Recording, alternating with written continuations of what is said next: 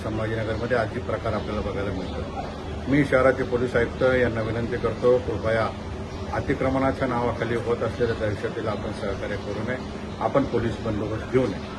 आपण महानगरपालिकेला प्रश्न विचारावा, सदर घरं तोडत असताना सर्वसामान्यांची आपली तडजोड झालेली आहे का?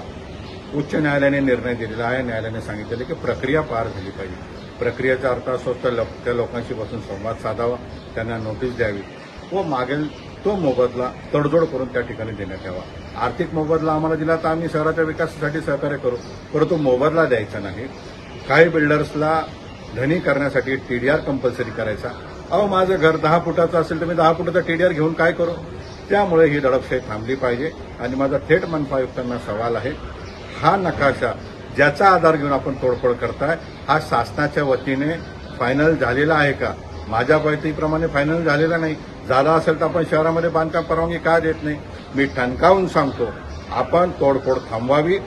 सोमवारपर्यंत आपल्याला वेळ देतो। शहराचा विकास करण्याची जबाबदारी आमची देखील आहे। आमचं शहर स्वच्छ झालं पाहिजे, परंतु याचा अर्थ नाही की ऐन पावसाळ्यामध्ये सर्वसामान्य रस्त्यावर उतरले पाहिजे, सर्वसामान्य बेघर झाले पाहिजे। त्यांची काय व्यवस्था आहे? शासनाने काय व्यवस्था केली? स्पष्टपणे सांगतो, ही मोहीम थांबवा, न्यायालयाचा आदर करा आणि तडजोड करा। आर्थिक स्वरूपाची मदत कॉम्पन्सेशन लँड ॲक्विजिशन ॲक्टप्रमाणे आम्ही जागा द्यायला तयार आहोत। कृपया दडपशाही आम्ही सहन करणार नाही। सोमवारपर्यंत आपण जर यादी प्रसिद्ध करून मोबदला स्पष्टता दिली नाही तर तीव्र आंदोलन आम्ही या ठिकाणी छेडू।